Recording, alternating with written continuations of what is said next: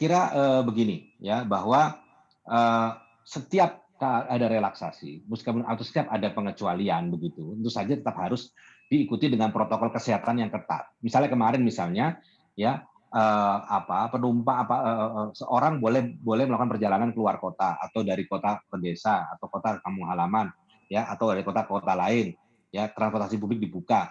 Tapi ini kan tetap saja bahwa mereka pertama dikecualikan itu adalah yang memang ada perjalanan dinas, tenaga medis, orang yang keluarganya sakit di kampung halaman, dan tetap tentu saja harus mengikuti protokol kesehatan, menggunakan masker, tidak berjumlah lebih dari yang dibolehkan di kendaraan pribadi atau transportasi publik, gitu. Jadi tetap aja ada keketatan dalam soal protokol kesehatan. Nah, pengecualian-pengecualian ini ya memang harus dibaca sebagai tadi ya bahwa kita memang harus menyikapi bahwa ekonomi harus harus bergerak begitu ya. Tapi tetap saja prinsip kehati-hatian itu tetap diberlakukan ya. Menjadi utama ada prinsip kehati-hatian supaya yang terjadi di lapangan bukan kemudian justru terjadi kenaikan jumlah positif COVID-19. Yang kita sekarang inginkan adalah menekan serendah-rendahnya sehingga kita bisa segera keluar dari krisis COVID-19 ini begitu, Mbak.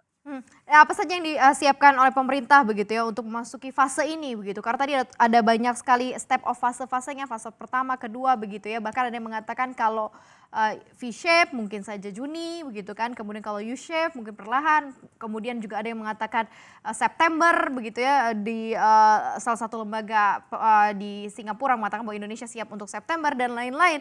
Nah, ini seperti apa dengan banyaknya asumsi-asumsi yang muncul dengan adanya pemulihan ekonomi di sana begitu Ya, dan juga pemulihan kembali untuk Indonesia secara keseluruhan dari COVID-19.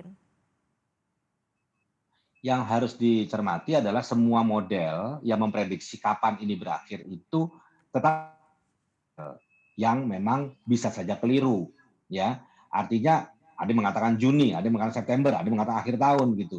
Kita tetap harus melihat bahwa itu model yang bekerja dengan asumsi-asumsi dan asumsi-asumsi bisa saja berubah gitu, Mbak. Nah, yang menjadi arahan presiden adalah tentu saja dengan cara apapun ya, dengan cara apapun ya kurva itu harus melandai. Artinya yang Pak sekarang diprioritaskan adalah betul-betul ya misalnya implementasi PSBB secara ketat dengan penegakan hukum, larangan mudik secara ketat, ya protokol kesehatan dilakukan tanpa kecuali, ya. Nah, kemudian bagi mereka yang terdampak ya bansos diberikan supaya mereka kemudian bisa hidup berkecukupan tanpa kemudian akhirnya mengorbankan nutrisi, gizi dan lain sebagainya.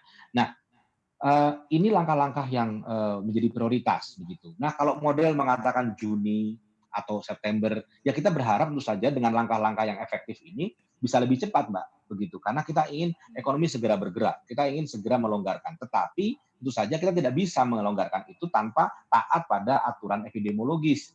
Kalau pasiennya masih jumlah pasien masih cukup besar, ya tidak ada tren penurunan secara konstan 14 hari berturut-turut, kita tidak bisa melonggarkan akses ekonomi dulu, Mbak, begitu.